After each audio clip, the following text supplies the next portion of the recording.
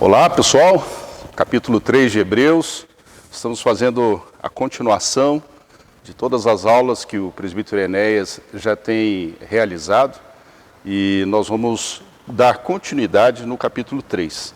Nós vamos observar que nas aulas anteriores nós vemos que Cristo é superior aos profetas, ele é superior aos anjos, e nós vamos fazer um contraste entre Jesus ser superior a Moisés.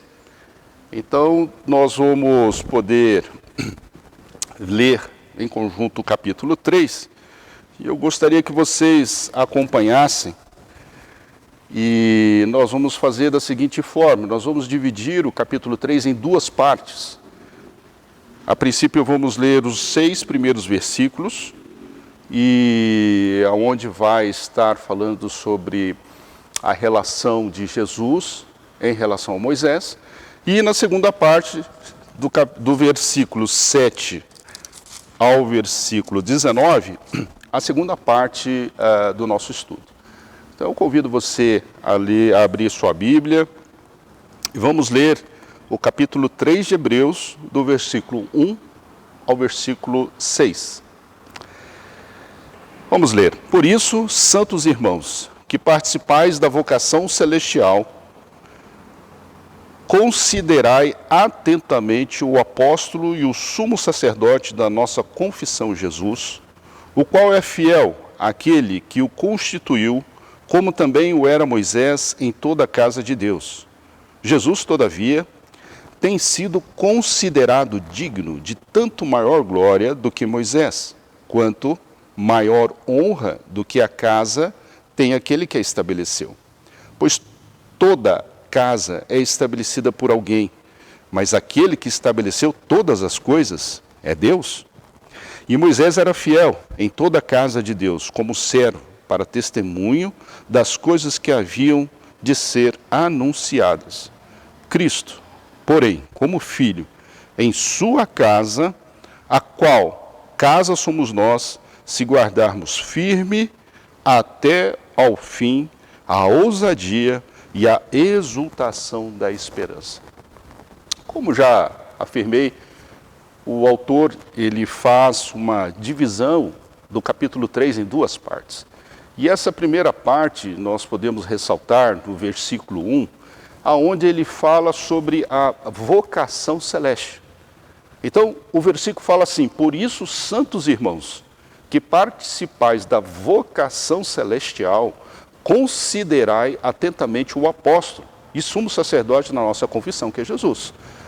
Quando nós vemos a vocação celestial, é sermos chamados por Deus. Deus é quem nos chama para a vocação, para sermos santos irmãos. Deus tem esse propósito para o povo dele, justamente porque quando Cristo veio, ele veio como o nosso apóstolo. Ele veio trazer a nós a mensagem mais importante, que era a missão dele. E como sumo sacerdote, é aquele que faz a intermediação entre nós e Deus. Ou seja, ele é apóstolo e sumo sacerdote. O versículo fala claramente assim: considerai atentamente o apóstolo e o sumo sacerdote. A terminologia considerai é exatamente que o autor quer dizer que nós devemos estar atento, o nosso foco deve ser em Cristo.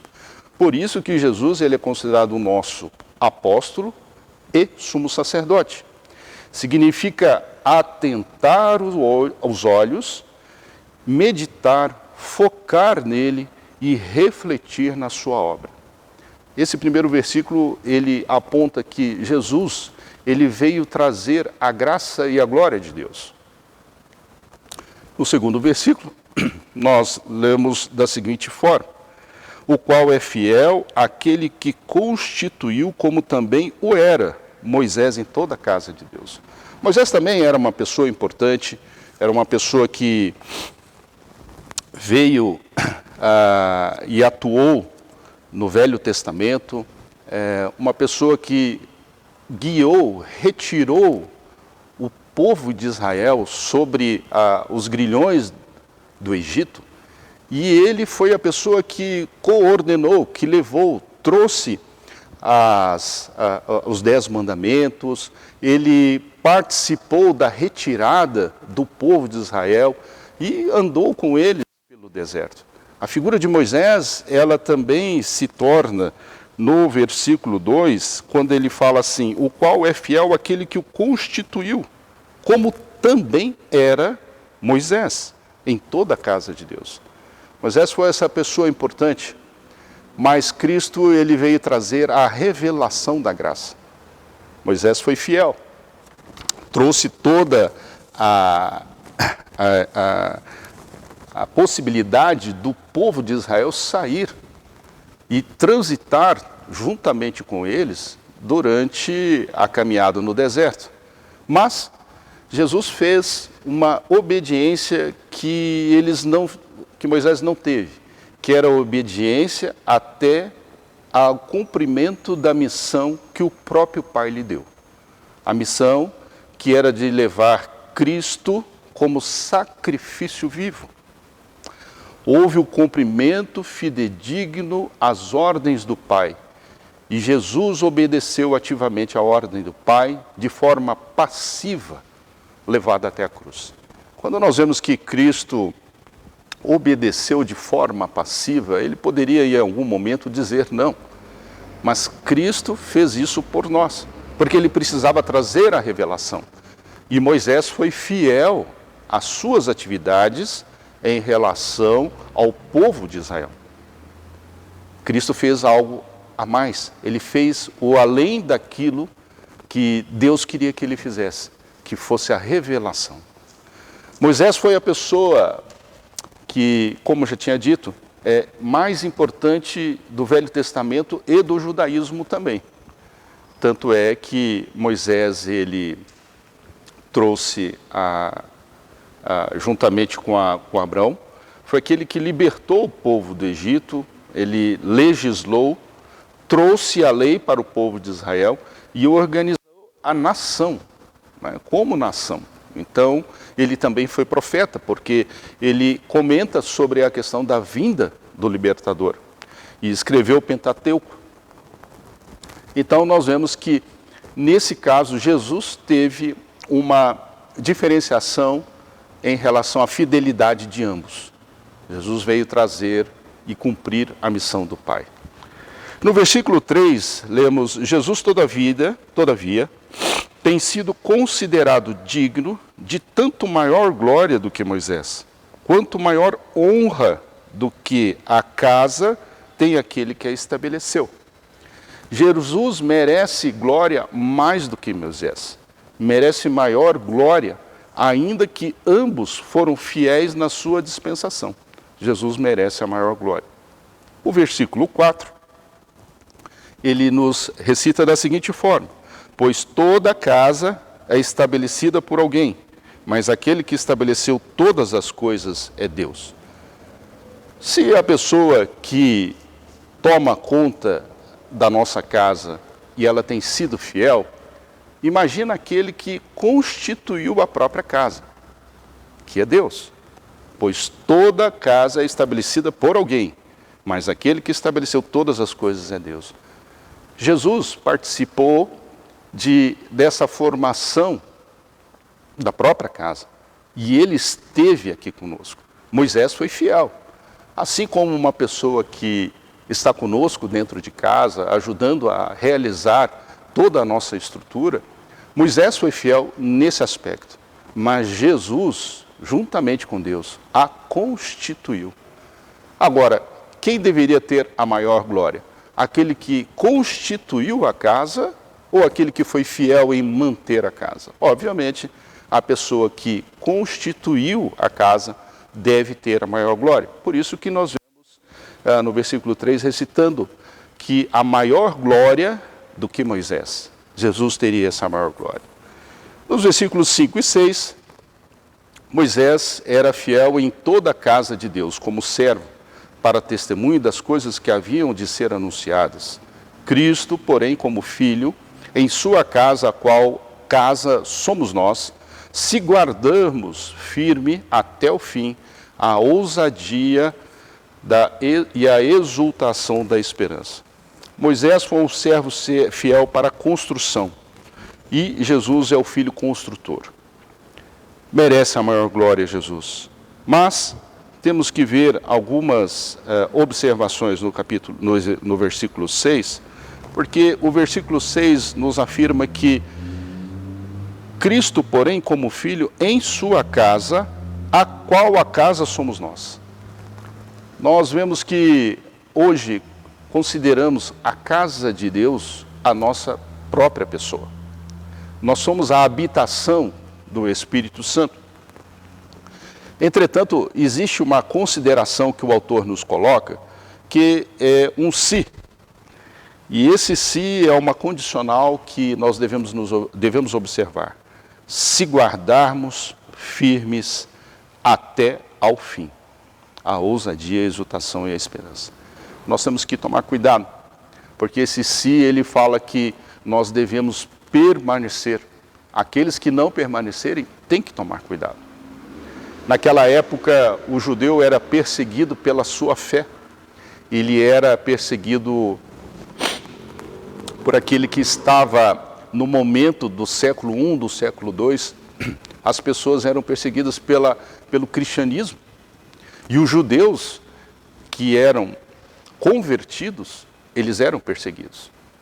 E nós vemos aqui que para guardar, ser firme até ao fim, a ousadia e a exultação da esperança. Imagine para um judeu pregar o evangelho aonde era perseguido. Que eles eram crucificados, que eram mortos durante as aparições do imperador. Pessoas eram sacrificadas e eles teriam que ter essa ousadia de pregar o evangelho naquela situação. Nós vemos que isso significa que se a gente ficar firme até o fim, até a vinda de Cristo, guardamos firmes e a ousadia em meio à perseguição da confissão de Cristo, que é o Senhor. Nós temos que nos mantermos firmes, nós não podemos vacilar os nossos pés e devemos continuar até a vinda de Cristo. Mas gostaria também de que pudéssemos fazer a segunda parte do nosso estudo, que será dos versículos 7 ao 19 do capítulo 3. E isso vai refletir nessa ousadia de permanecermos firmes em relação a essa advertência que Deus nos faz, né? Mas vamos ler dos versículos 7 ao 19. Leiamos. Assim, pois, como diz o Espírito Santo, hoje, se ouvirdes a voz, não endureçais o vosso coração, como foi na provocação do dia da tentação do deserto, onde os vossos pais me tentaram, pondo-me à prova, e viram as minhas obras por 40 anos. Por isso me indignei contra essa geração e disse: estes sempre erram no coração, eles também não conheceram os meus caminhos. Assim jurei na minha ira, não entrarão no meu descanso. Tende cuidado, irmãos, jamais aconteça haver em qualquer de vós perverso coração de incredulidade que vos afaste do Deus vivo. Pelo contrário, exortai-vos mutuamente cada dia, durante o tempo que se chama hoje, a fim de que nenhum de vós seja endurecido pelo engano do pecado, porque nos temos tornado participantes de Cristo, se de fato guardarmos firmes até ao fim a confiança que desde o princípio tivemos. Enquanto se diz: hoje, se ouvirdes a sua voz, não endureçais o vosso coração, como foi na provocação. Ora, quais os que, tendo ouvidos, se rebelaram? Não foram de fato todos os que saíram do Egito por intermédio de Moisés? E contra quem se indignou por 40 anos? Não foi contra os que pecaram, cujos cadáveres caíram no deserto? E contra quem jurou que não entrariam no seu descanso, senão contra os que foram desobedientes? Vemos, pois, que não puderam entrar por causa da incredulidade. Meus queridos, essa segunda parte nós vemos uma advertência muito clara. A advertência que foi escrita essa carta para os judeus que se converteram, e nós vemos que alguns estavam se apostatando da fé. A apostasia era uma questão muito séria. Ela era o fato de você conhecer a glória de Deus, receber a glória de Deus, viver, conviver com a glória de Deus e voltar atrás. São situações que aqueles que estavam endurecendo o coração não conseguiam enxergar que não poderiam retroagir a partir do momento que conhecesse a Cristo. Então nós vemos que a parte da história aonde é trazida para o próprio judeu são as histórias que nós podemos ver nos 40 anos que o povo passou pelo deserto. Era a forma de atingir o judeu através dessa situação que o povo de Israel viveu e podendo trazer para a situação real, que é onde o judeu convertido vivia, para poder alertar ele. Eu falei assim, olha, em Coríntios nós vemos a dureza e a incredulidade do povo de Israel.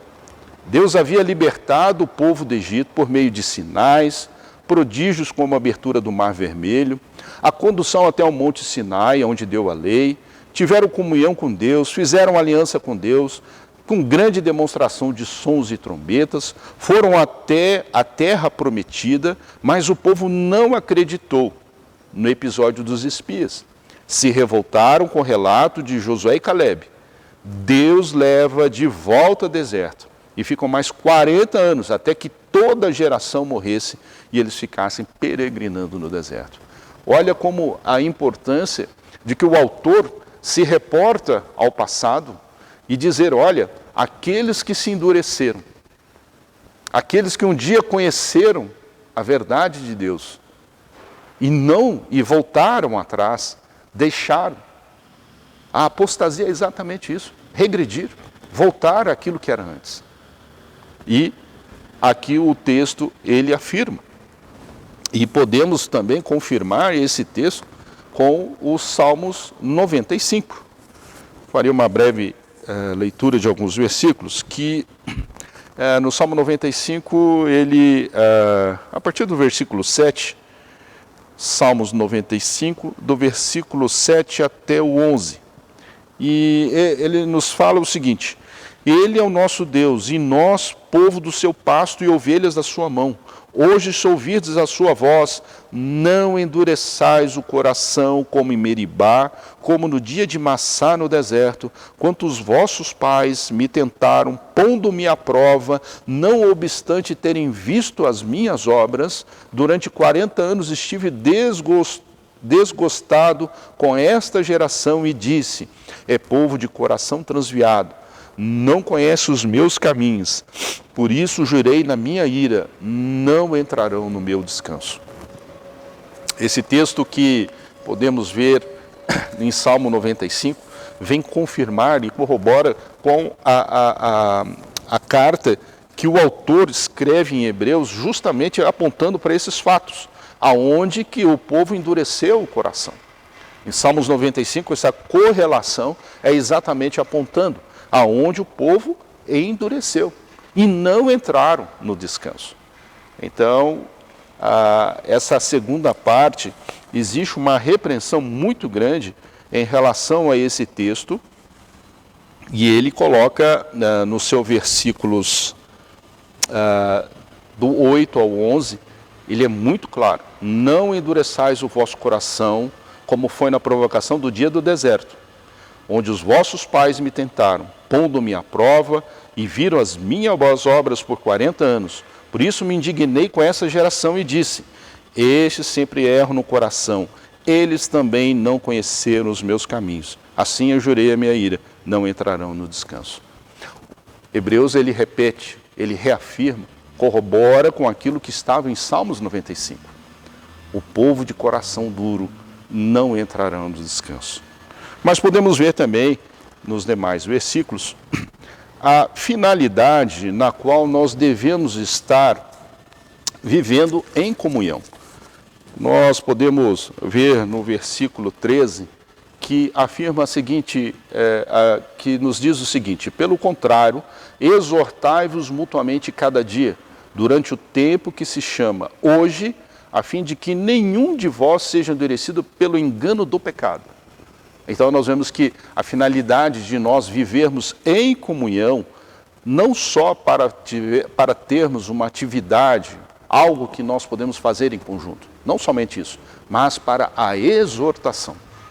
A exortação é uma palavra que às vezes nós não gostamos, porque nós temos que apontar em algum momento a dureza do engano do pecado.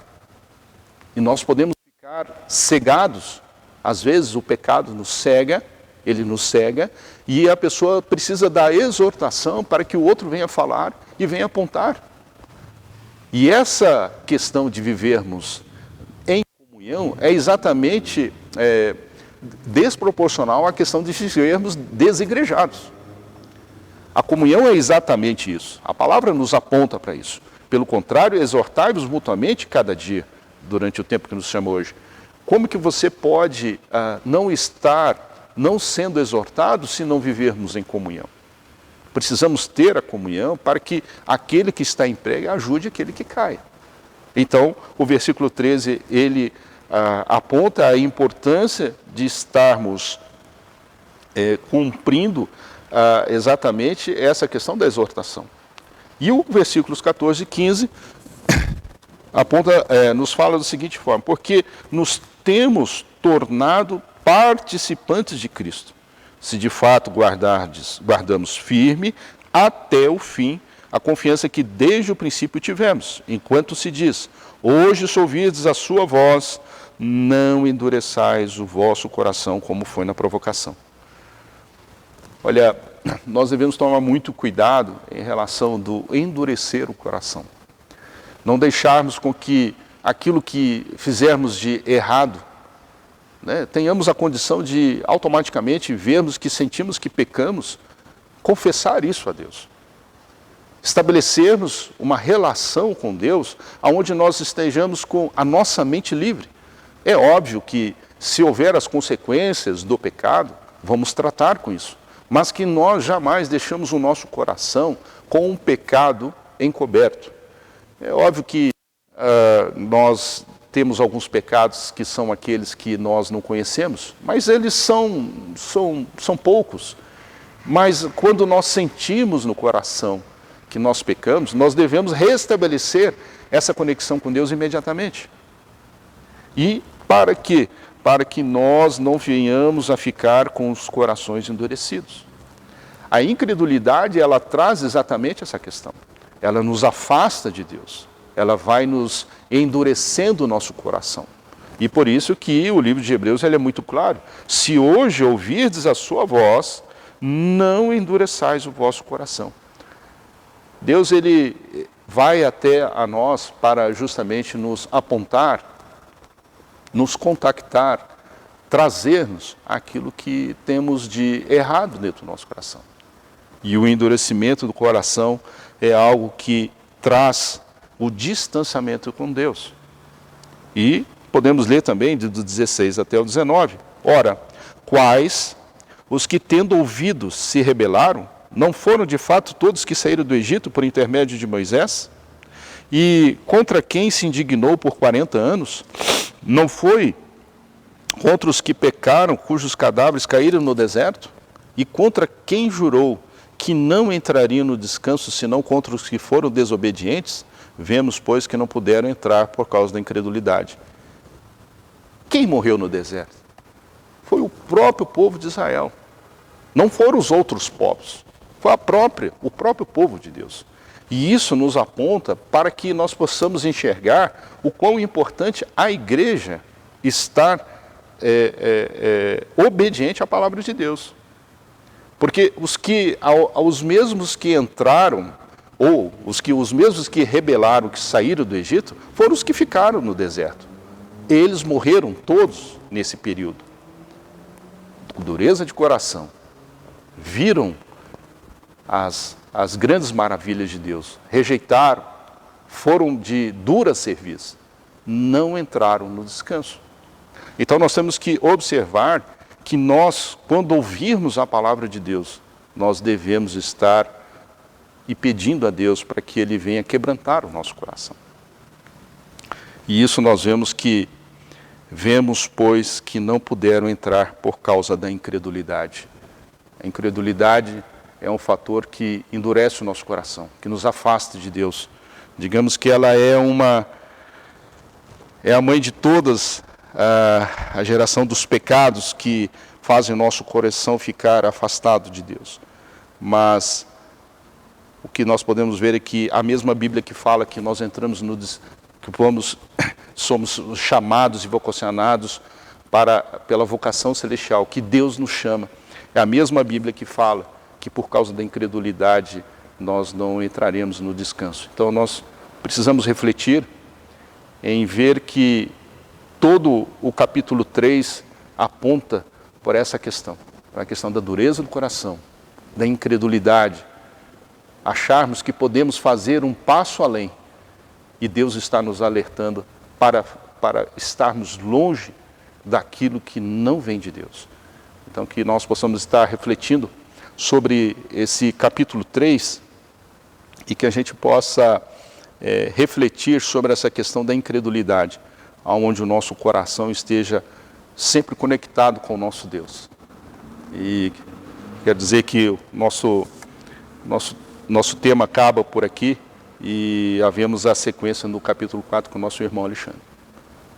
Um abraço.